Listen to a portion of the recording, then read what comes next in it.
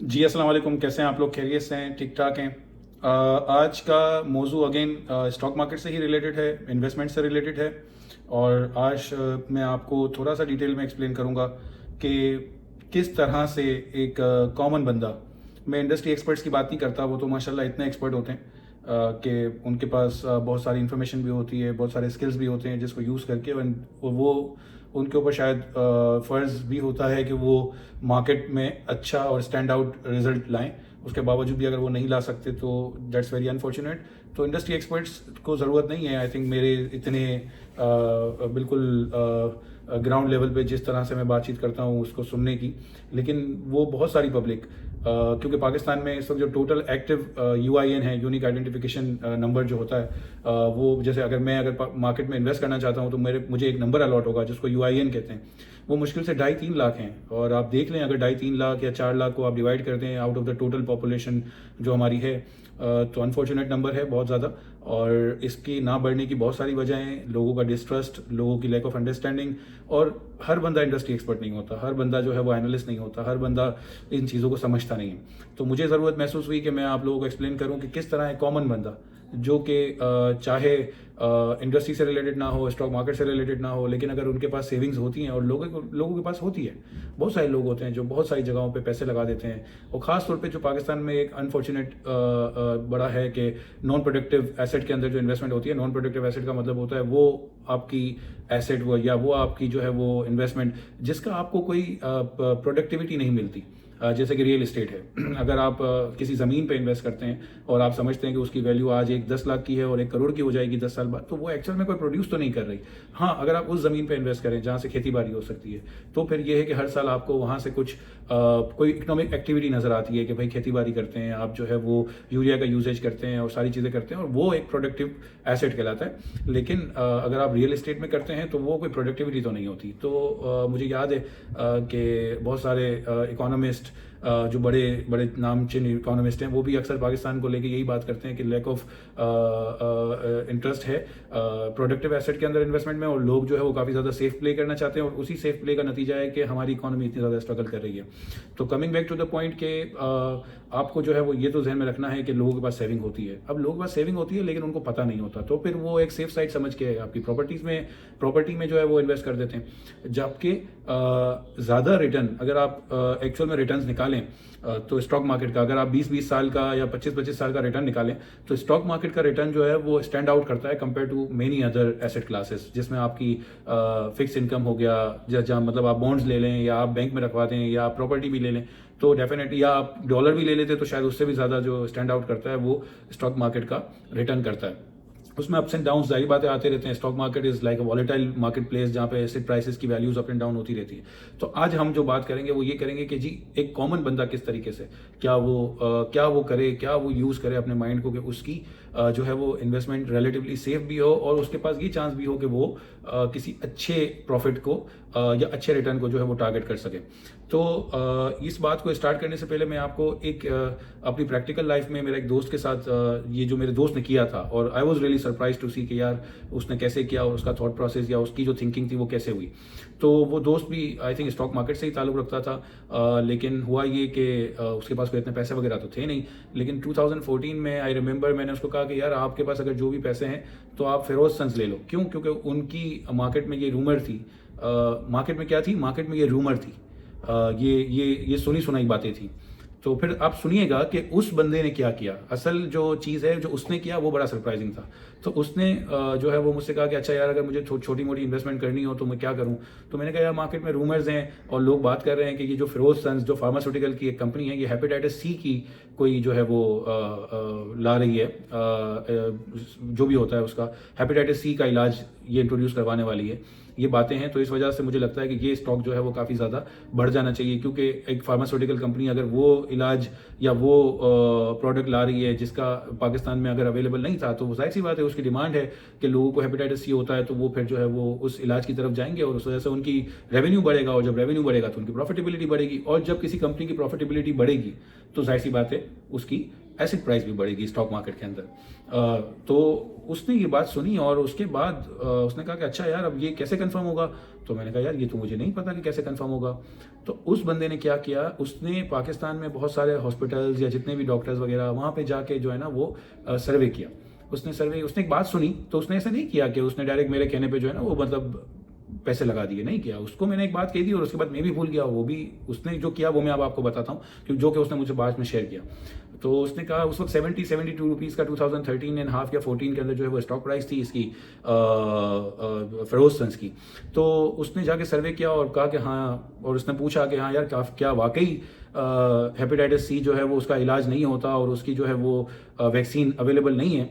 तो उसको पता चला, तो इसने फिर मुझे एक दफ़ा फ़ोन करता पूछा था कि भाई ये कैसे पता चलेगा कि वैक्सीन आने वाली है? मैंने कहा मुझे तो नहीं पता है कैसे पता चलेगा, और अगर मुझे पता होता तो शायद मैं इस चीज़ को कंफर्म कर देता, लेकिन again this is the rumour in the market. तो उसने जो है वो एक दिन वन फाइन डे वो आया और उसने कहा कि अच्छा यार चलो, ये तो तुम्हें सर्टेनिटी है ना कि वो होगी, क्योंकि यहाँ पे तो कोई वैक्सीन है नहीं ऐसी हेपेटाइटिस सी की। तो मैंने कहा हाँ, ये एक्सपेक्टेशंस हैं। तो उसकी बेसिस के ऊपर इसने मुझसे कुछ शेयर्स बाई किए, मेरे साथ अकाउंट सेटअप किया और शेयर्स बाई किए। अब उसने शेयर्स बाई किए तो वो फिर स्टॉक प्राइस बढ़ती चली गई, तो वो 125 हो गई। अब उसने कोई 75 या 80 रुपीज़ पे लिया था। तो मतलब मैंने जब आपकी प्राइस बढ़ जाती है तो ऑफकोर्स मतलब आप ह्यूमन हो, तो आपको लगता है कि यार ये प्रॉफिट कहीं मुझसे चला ना जाए। इसमें जो दूसरी लर्निंग है वो ये भी है कि अगर आपको प्रॉफिट हो रहा हो तो आपको किस स्ट्रेचर देखना चाहिए, क्या आपको फौरन से प्रॉफिट ले लेना चाहिए या आपको एक्चुअल में फैक्ट्स एंड फिगर्स को फाइंड आउट करना चाहिए। तो मैंने उसको कहा कि यार आपका तो 125 हो गया, आपको मैसिव प्रॉफिट हो रहा है जो आपने कभी जिंदगी में शायद नहीं किया होगा, तो आप इसको सेल कर दो। तो उसने कहा यार क्यों, हेपेटाइटिस सी की वैक्सीन आ गई? तो मैंने कहा आई तो नहीं है अभी तक तो कुछ कंफर्मेशन नहीं आई। तो इसने कहा जब आई नहीं है और ये स्टॉक प्राइस यहाँ पहुंच गई है, तो जब वो आ जाएगी तो स्टॉक प्राइस क्या होगी? तो मैंने कहा ये बात भी सही है, तो चले आप इंतजार करें। लेकिन अगर वो नहीं आई तो उन्होंने कहा नहीं कैसे आएगी? अगर आपकी मार्केट में कोई बातचीत है तो डेफिनेटली कुछ ना कुछ पीछे बात हो रही होगी। तो मैंने कहा अच्छा चले ठीक है, आप रिस्क लेना चाहते हैं। उस वक्त वो कंप्लीटली एक रिस्की कॉल थी जो उसने ली। लेकिन फिर उसने जो शार्प माइंड अपना यूज़ किया, उसने एक दिन जो है वो जब उसकी प्राइस कोई 200 के करीब हो गई और फिर मैं उसके पीछे लगा रहा कि जी आप बेच दें, देखेंगे ये तो कोई न्यूज़ कंफर्म नहीं हो रही है। तो उसने जो है वो पेशेंट बन के जिस यूएस से आई थिंक किसी जगह से कोई वैक्सीन आने वाली थी, वहाँ पे फ़ोन करके पूछ लिया या फिरोज सन्स में फ़ोन करके पूछ लिया, किसी तरीके से उसने जो है वो आउट ऑफ पाकिस्तान यूएस के अंदर किसी से फ़ोन करके पूछ लिया। और वो कंपनी से ही शायद रिलेटेड था कि जी मुझे हेपेटाइटिस सी हो गया है या मेरे किसी रिश्तेदार को हो गया है, तो हम सुन रहे हैं कि हेपेटाइटिस सी की वैक्सीन आने वाली है, तो क्या आप मुझे कंफर्म कर सकते हैं? तो फिर मैं उसकी बेसिस के ऊपर जो है वो अपने पेशेंट को या खुद को, जो भी उसका जो रेफरेंस था, उसको किस तरीके से लेके चलूँ। तो उन्होंने जो है वो, अब इसका माइंड देखिएगा, उसका जो इसने माइंड यूज़ किया वो देखिए आप, इस तरीके से इन्फॉर्मेशन निकाली जाती है, इस तरीके से जो है ना वो चीज़ों को फाइंड आउट किया जाता है और उसके अंदर मेहनत करनी पड़ती है, लेकिन उसका फिर प्रॉफिट कितना बड़ा होता है ये मैं आपको बता देता हूँ। तो उसने जब फ़ोन किया तो उन्होंने कहा जी ऐसी बातचीत हो रही है, हम आपको कंफर्म नहीं कर सकते, लेकिन हाँ ये एक्सपेक्टेड है कि ये होगा। उसको कुछ हद तक कंफर्मेशन मिल गई।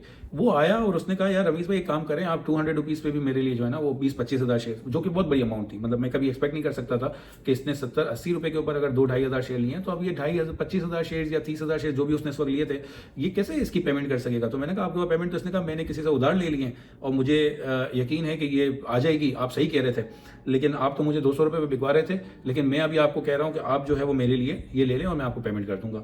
मैंने कहा ठीक है, तो मैंने उसके लिए ले लिया और फिर मैंने कहा कि यार इंसान के उस वक्त जाहिर सी बात है मैं भी ये सोच रहा था कि यार ये तो लालची हो गया और इसको तो समझ ही नहीं आ रही है, ये तो कहने की बातें होती हैं कि जी वो आ जाएगी, ये हो जाएगी।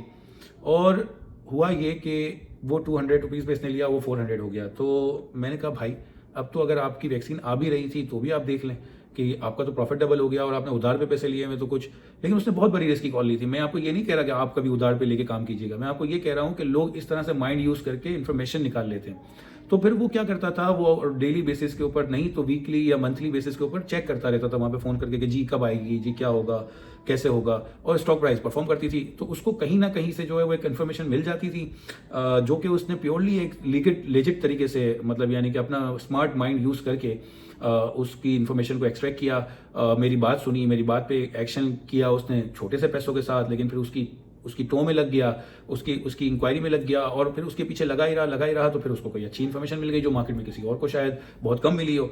और हुआ ये कि कोई 2-4 महीने या 5 महीने गुजरे थे और फिर वो स्टॉक जो है वो 750 या 800 रुपीज़ का हो गया। आप सोचें जो स्टॉक उसने 200 रुपये का लिया था वो 700 और 750 का हो गया।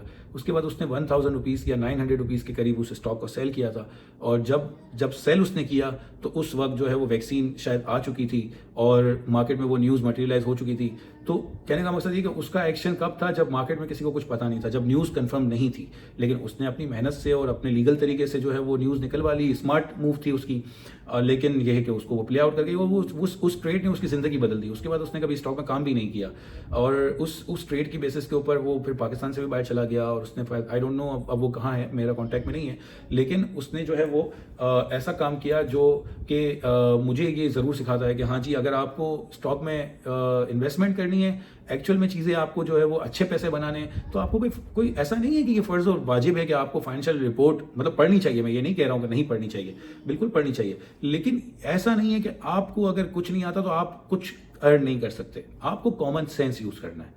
जो सबसे बड़ी चीज़ मैं आपको कहता हूँ वो ये है कि आपने कॉमन सेंस यूज़ करना है। आपने लोगों से पूछने के बजाय कि जी मुझे ये बता दो, मुझे वो बता दो, बिल्कुल मोहताज हो जाना ना, एक इंसान बिल्कुल पैरालाइज हो जाता है कि जी मुझे कोई बताएगा तो ही मैं जो है वो करूँगा, वरना तो फिर मुझे कुछ नहीं आता। इसके बजाय आपने खुद स्टेप अप लेना है, खुद आपने जो है वो काम करना है। तो मेरा ये शेयर करने का मकसद ही यही है कि आप सोचें कि अगर उसकी ज़िंदगी एक ट्रेड ने उसमें उसने उधार में पैसे लिए थे, उतना वो कॉन्फिडेंस हो गया था, उतना उसको इन्फॉर्मेशन मिल गई थी, और उसने उतनी स्मार्ट मूव के साथ वो इन्फॉर्मेशन निकाल ली, और उसके ऊपर उसने पैसे बनाए, और पैसे बनाने के बाद वो एक बड़ी अमाउंट हो जाती है ना। आप सोचें अगर 30-40 हज़ार शेयर या 25,000 जितने भी लिए थे मुझे नहीं पता, लेकिन उसकी ज़िंदगी बदल गई, उसने कोई बहुत ही अच्छे पैसे बनाए, तो बहुत डिसेंट अमाउंट थी वो जो इसका प्रॉफिट था।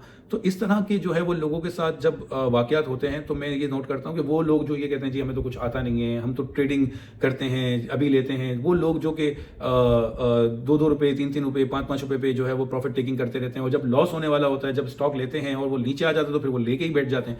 उन लोगों के लिए नसीहत है कि भाई अपने पैसे को ज़ाया मत करें। अपनी प्रॉफिट करने की जो एक लिमिट है उसको आप स्क्वीज मत करें, आप उसके ऊपर वर्किंग करें, उससे लोगों से बात करें। देखें आप सुने सबकी, आपको सुनने का फायदा ये होता है कि आपको नॉलेज मिलती है, आपको एक पर्सपेक्टिव मिलता है, आपको एक बात करने का, आपको एक बात सुन के उसको सोचने का मौका मिलता है, और फिर आप उसमें अपने आप को जो है वो अपने आप से सोचें कि अब मुझे इसके ऊपर क्या एक्शन करना है, क्या मुझे सामने वाले की बात माननी है या नहीं माननी है। तो ये एक एग्जाम्पल थी जो मुझे काफ़ी दिन तक मुझे सोच रहा था कि मैं आपके साथ शेयर करूं। इट्स अ प्रैक्टिकल एग्जाम्पल, इसको लाइट मत लीजिएगा, और इस तरह से अगर आप थॉट प्रोसेस करेंगे कि जी किसमें क्या हो रहा है। एक और मिसाल है, मेरे पास इन्फॉर्मेशन तो नहीं है लेकिन मैं आपको वैसे ही बताऊं, आप देखें साजगार इंजीनियरिंग, ये कोई कंपनी लाहौर बेस्ड कंपनी है, जो कि कोई 60-70 रुपीज़ में आज से कोई 6 महीने या 7 महीने पहले 60-70 रुपीज़ इसका रेट होता था पर शेयर, आज वो कोई 600 प्लस का रेट हो गया है। तो क्या चीज़ इसके अंदर चेंज हुई है, ये सवाल आप लोगों के लिए है कि आप इसके अंदर मालूमात कर सकते हैं। मुझे ये नहीं मालूम करना कि कौन ले रहा है, कौन बेच रहा है, या क्या इसकी जो है वो अर्निंग, अगर लास्ट क्वार्टर की अर्निंग इसकी 50 आ गई तो वो तो आ गई ना, वो तो हो गया। अब आगे क्या होगा, क्या ये जो इतना प्राइस स्ट्रेच हुई है ये सस्टेन करेगी और ऊपर जाएगी, क्या इस कंपनी के वाकई टर्न अराउंड हो गया है कि ये कंपनी जो कि एक रिक्शे बनाती थी अब वो किसी हवल नाम की या बाइक नाम की कोई ऐसी गाड़ी मैन्युफैक्चर करने वाली है जो कि इलेक्ट्रिक व्हीकल है, और ये पाकिस्तान में पहले इंट्रोड्यूस करेगी। जिस तरीके से ये मतलब बातें हो रही हैं, तो क्या इसका एक्चुअल में इम्पैक्ट क्या होगा। ये पॉजिटिव ट्रिगर्स तो बहुत होते हैं कि जी इलेक्ट्रिक व्हीकल बना ली, कितनी बना ली, कितने बनाएंगे, उसका कंपनी पे इम्पैक्ट क्या होगा। मैं आज आपसे कहूं कि जी मैंने जो है वो एक बिजनेस ओपन किया है, तो बिजनेस ओपन किया तो लोग एक्साइटेड हो जाते हैं। जैसे मैं यूट्यूब का चैनल ओपन किया तो जाहिर सी बात है मैं भी एक्साइटेड हूं, लेकिन क्या मेरे व्यूअर्स बढ़ रहे हैं, क्या मेरी रीच जो है वो सब तक जा रही है। तो मेरे एक्साइटेड होने से ज़्यादा मुझे इन फैक्ट एंड फिगर्स के ऊपर काम करना चाहिए कि जी मेरी रीच बढ़े, लोग मुझे ज़्यादा से ज़्यादा सुने, उस मेरी बात कही हुई बात को पसंद करें, उनको उसमें लॉजिक नज़र आए, उसमें उनको सेंस नज़र आए। तो इसी तरीके से क्या आपको ये साजगार इंजीनियरिंग की जो एक उसका प्राइस तो बढ़ गई है, क्या मैं सवाल ये करता हूँ कि आज अगर मैं फ्रेश बायर हूँ तो क्या मुझे ये स्टॉक लेना चाहिए। क्या ये स्टॉक 2,500-3 हज़ार रुपये का हो जाएगा या फिर ये फिर से 250 रुपये का हो जाएगा।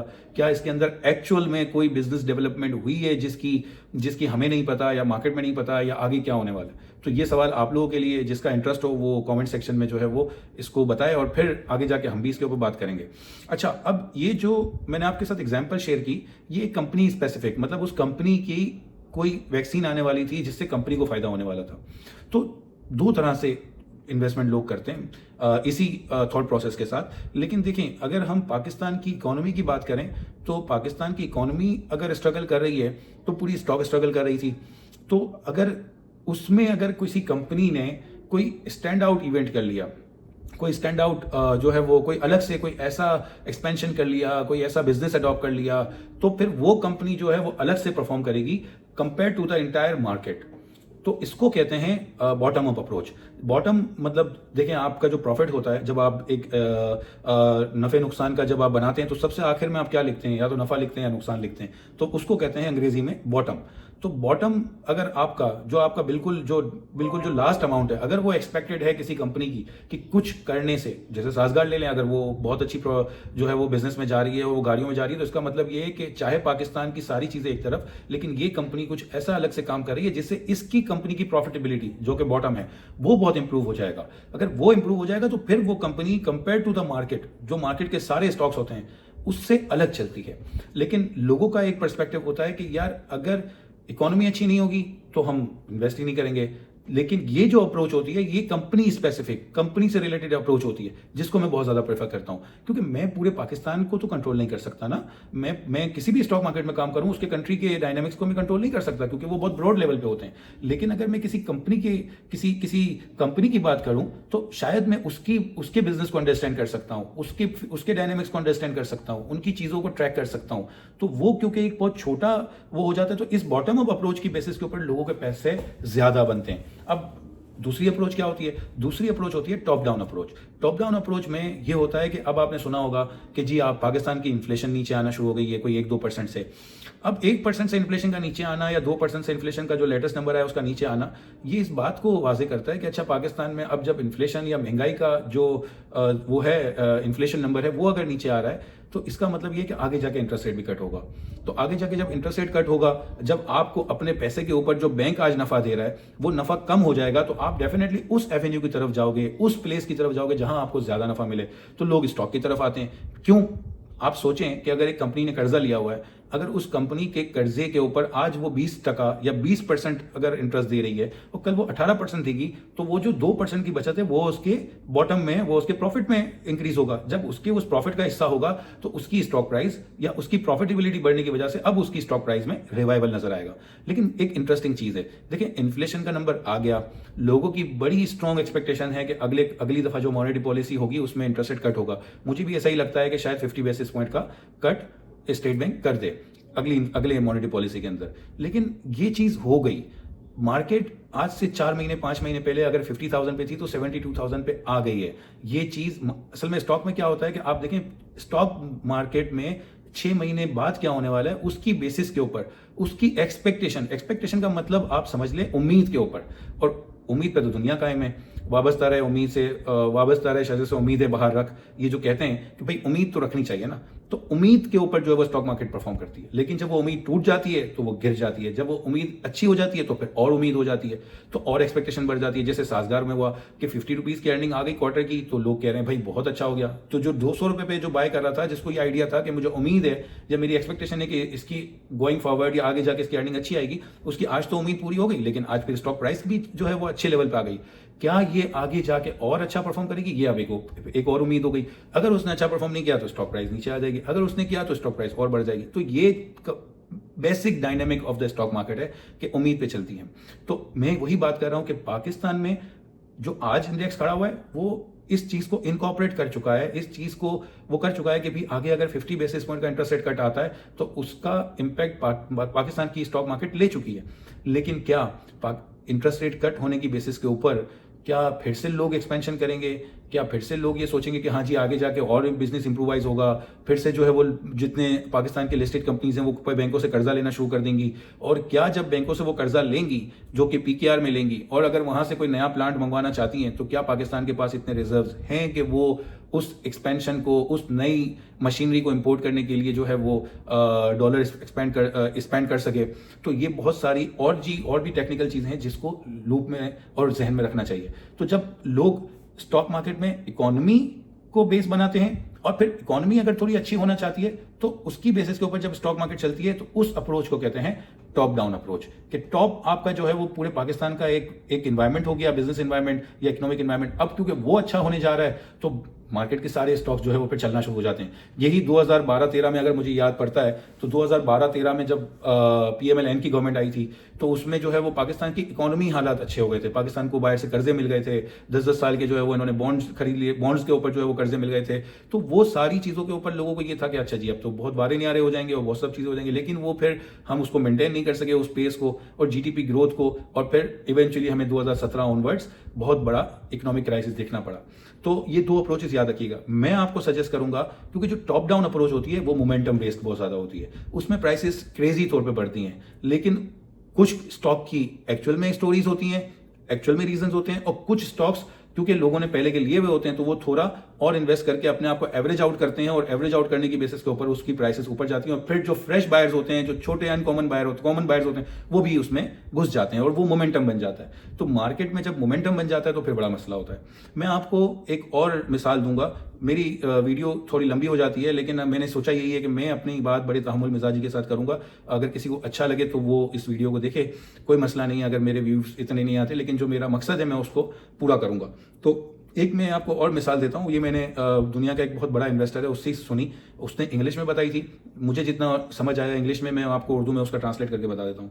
ये मैंने सुनी थी पीटर लिंच, एक बहुत बड़े जो है वो फंड मैनेजर गुजरे हैं दुनिया के और अभी भी हैं, शायद मुझे एग्जैक्ट पता नहीं है वो अभी हैं कि नहीं है, तो उसके लिए माजरत अगर वो गुजर चुके हों या अभी हों, लेकिन उनकी जो मैंने वीडियो पे बात सुनी वो मैं आपके साथ शेयर करता हूँ। वो बहुत बड़े, वो भी कैलकुलेटेड करके सारी चीज़ें कैलकुलेशन करके जो है वो इन्वेस्टमेंट किया करते थे, और इनकी इन्वेस्टमेंट का होराइजन ये होता था कि अगर कोई स्टॉक ले लेते थे तो 4-5 साल 6 साल बाद उनको फ्री कर देते थे, मतलब उसका रिटर्न ही इतना आ जाता था कि वो स्टॉक जो है वो फ्री हो जाता था। और इन्होंने, इनकी हिस्ट्री रही है कि इन्होंने कभी भी जो है वो स्टॉक मार्केट से अंडर परफॉर्म नहीं किया, हमेशा आउट परफॉर्म किया। तो उन्होंने जो बात कही, और बहुत सारे जो इंडस्ट्री एक्सपर्ट्स हैं उन्होंने वो बात सुनी भी होगी, तो ये उनके लिए तो रिपीटेशन हो गया, लेकिन नए लोगों के लिए ये एक मेरे जैसे बिल्कुल नॉर्मल आदमी का वजाहत करना ये आप लोगों के लिए है। तो उन्होंने कहा कि मैंने एक बिजनेस को, एक कंपनी जो कि लिस्टेड कंपनी थी, उसको मैंने स्टडी किया, और स्टडी करने का मकसद यही था कि उन्होंने ये देखा होगा कि भाई ये बिजनेस कैसा है और आगे कैसा होगा, लेकिन उन्होंने कहा कि उसकी स्टॉक प्राइस जो है वो $75 या $80 की थी, और मैंने किसी से कहा कि अगर ये $75-80 की जगह पे $20 पे आ जाएगी तो मैं इसको बाय कर लूंगा और फिर कभी जिंदगी में मैं नहीं बेचूंगा, और अगर ये $20 पे आ गई तो मैं दुनिया का अपने आप को बहुत खुश नसीब तरीन इंसान समझूंगा। बड़ी ही इन्होंने बड़ी बात कर दी, क्योंकि इनके हिसाब से वो $20 पे कभी आना भी नहीं चाहिए था स्टॉक, लेकिन हुआ ये कि कुछ अर्सा गुजरा और वो स्टॉक एक्चुअल में $20 पे आ गया, क्योंकि उनके पास जो है वो रिमाइंडर लगा होगा या कुछ भी होगा, तो उन्होंने $20 को देखते हुए वो जितना ले सकते थे उन्होंने $20 पे या 18 जो भी था प्राइस, उसके ऊपर अपनी कैपेसिटी के हिसाब से उस स्टॉक को बाय कर लिया, उस कंपनी को बाय कर लिया। अब उन्होंने ट्रेडिंग, क्योंकि उनका कोई ट्रेडिंग पर्सपेक्टिव नहीं होता था, तो उन्होंने एक्चुअल में इन्वेस्टमेंट करने के लिए बाय कर लिया। लेकिन एक इंसान की ह्यूमन नेचर है कि जब भी आप कोई चीज़ खरीदते हैं और उसकी प्राइस नीचे आ जाए तो आपको एक स्कैर आपके दिल में आता है, चाहे आप उसको एक्सेप्ट करें या ना करें। आप सोचते हैं कि जी मैं तो बड़ा स्मार्ट बायर था, अगर मेरे बाय करने के बाद भी प्राइस नीचे आ गई तो इसका क्या रीज़न है। तो हुआ ये कि वो जो $20 का स्टॉक था वो कुछ अरसे के बाद $3 का हो गया। तो इन्होंने इन बिटवीन वो जो 20 से 3 था उसमें बहुत दफ़ा जो है वो अपनी वर्किंग को चेक किया, अपने थॉट प्रोसेस को चेक किया कि क्या वो सही तो सोच रहे थे, कहीं उन्होंने गलती तो नहीं कर दी। और फिर उन्होंने कहा कि नहीं जी, ये मैंने गलती नहीं की है, ये कंपनी की वैल्यू या कंपनी की जो एक्चुअल वैल्यू होनी चाहिए वो इससे बहुत ज़्यादा होनी चाहिए। तो फिर ये स्टॉक प्राइस नीचे क्यों आई थी? तो ये स्टॉक प्राइस जो $3 पे आ गई थी, आप सोचें 80 पे इन्होंने फर्स्ट टाइम देखा, $20 पे इनका जो है वो एक व्यू बना हुआ था कि वो लेंगे, तो उन्होंने $20 पे अपने आप को खुश नसीब तरीन इंसान दुनिया का समझ के एक्चुअल में ले लिया, और उसके बाद वो स्टॉक $3 का हो गया। लेकिन हुआ ये था कि वो स्टॉक जो 20 से 3 आया था वो मोमेंटम और वो नेगेटिव मोमेंटम था। तो जब स्टॉक मार्केट में नेगेटिव मोमेंटम होते हैं तो आपने देखा होगा कि स्टॉक जब सुबह को खुलता है तो 2-2 हज़ार पॉइंट्स नीचे खुलता था, 3-3 हज़ार पॉइंट्स नीचे खुलता था। तो उस वक्त उनके स्टॉक के साथ भी यही हुआ कि न जाने किसको बेचने की जल्दी थी या किसी की क्या मजबूरी थी। बहुत दफ़ा बहुत सारे हमने जो है वो ट्रेडिंग की है, तो बहुत सारे फॉरेन इन्वेस्टर्स जो है वो ग्लोबल क्राइसिस की वजह से पाकिस्तान के स्टॉक बेच दिया करते थे, जिसका कोई रीज़न नहीं होता था, लेकिन लोग डर जाते थे कि अच्छा जी अब फॉरेन क्लाइंट्स बेच रहे हैं तो हमें जो है वो संभाल लेना चाहिए, हालांकि वो लेने का वक्त था। तो कहने का मकसद ही कि किसी नॉन रीजन, मतलब कोई जेन्युइन कंपनी से रिलेटेड रीजन नहीं था, लेकिन मार्केट की सेलिंग प्रेशर की वजह से या किसी बैड रूमर की वजह से, या किसी इन्वेस्टर को अगर कोई पैसे चाहिए हो और वो अगर इतना बड़ा इन्वेस्टर हो कि वो अगर सेल करता है तो उसकी वजह से प्रेशर आ जाए स्टॉक प्राइस पे, तो उसकी वजह से वो $20 से $3 आ गया।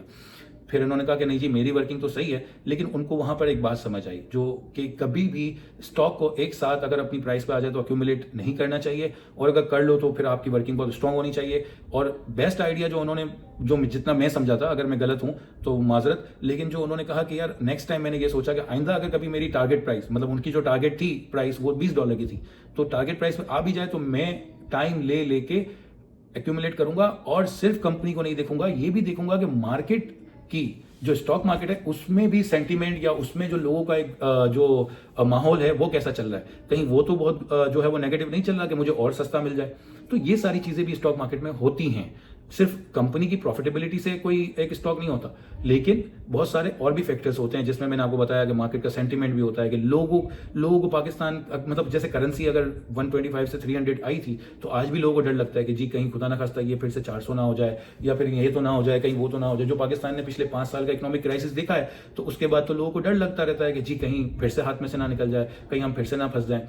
लेकिन खैर उम्मीद अच्छी है। अब सुन रहे हैं कि सऊदीज भी इन्वेस्टमेंट करने आ रहे हैं और IMF के भी पैसे आ गए, रिजर्व भी थोड़े से बेहतर हुए हैं, इन्फ्लेशन भी नीचे आ रहा है। तो मैं इस आइडियल टाइम के ऊपर, जब आपको लगता है कि आप पैसे बना सकते हैं, तो अब मोमेंटम तो आने वाला है। लोग जो है जो पूरा एक वो कहते हैं ना हर्ड मेंटालिटी, या एक वो आपने देखा होगा भेड़ बकरी की जो चाल होती है कि सारी जो भेड़ें होती हैं वो एक दूसरे को देख देख के एक दूसरे के साथ चल रही होती हैं, वो एक शायद टाइम जो है वो और ज्यादा कंटिन्यू करेगा और शुरू हो चुका है। लेकिन आपको स्मार्ट मूव करना है, आपको वो स्टोरी फाइंड आउट करनी है, वो चीज निकालनी है जहां जो स्टॉक अगर 100 रुपीज का है तो वो अगले 6 महीने में इस मोमेंटम की बेसिस के ऊपर, इस पॉजिटिव इकोनॉमिक फैक्टर की बेसिस के ऊपर। लेकिन सबसे बड़ी चीज कि आप अगर बॉटम अप अप्रोच रख के उसको देखेंगे और वो कंपनी की अपनी भी कोई रीजनिंग हो कि उसकी प्रॉफिटेबिलिटी इस डेवलपमेंट की वजह से या इस एक्शन की वजह से जो है वो बहुत ज्यादा बढ़ जाएगी, तो मैं, आप यकीन करें, मुझे लगता है कि वो 100 या 50 रुपीज का कोई स्टॉक होगा, अगर आपने वो फाइंड आउट कर लिया तो आप इस तरह से 10 टाइम्स 20 टाइम्स रिटर्न भी बना सकते हैं, जो शायद आपने कभी सोचा नहीं होगा। तो ये भी हो सकता है। तो मेरा मकसद आप लोगों को यही है गाइड करना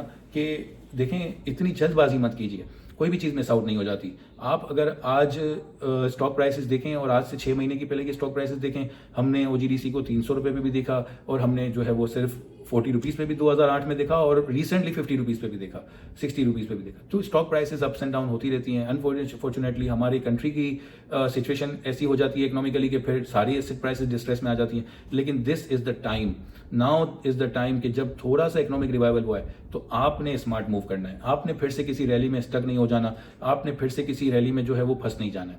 तो आज हमने जो नेचुरल बात की है उसके अंदर मैंने आपके साथ ये, एक तो पीटर लिंच साहब की जो है वो एग्जांपल दी है कि उन्होंने किस तरीके से जो है वो किया, और फिर एक फिरोज सन्स वाले जो साहब थे उनकी भी मैंने आपको एग्जांपल दी कि उन्होंने किस तरीके से स्मार्ट प्ले किया। तो ये सारी चीजें आपको शेयर करने का मकसद यही है भाई कि आप जो है वो गोइंग फॉरवर्ड जब अपनी इन्वेस्टमेंट की बात करें तो बिल्कुल ठंडे माहौल में होके, कोई जज्बात में आए बगैर सोचें, स्टॉक्स को देखें, बिजनेसेस को अंडरस्टैंड करें। अगर लकी सीमेंट की बात करें तो लकी सीमेंट क्या करता है, आज उस लकी सीमेंट के अंदर सीमेंट भी बिकता है और फिर साथ में वो गाड़ियां भी बेचते हैं।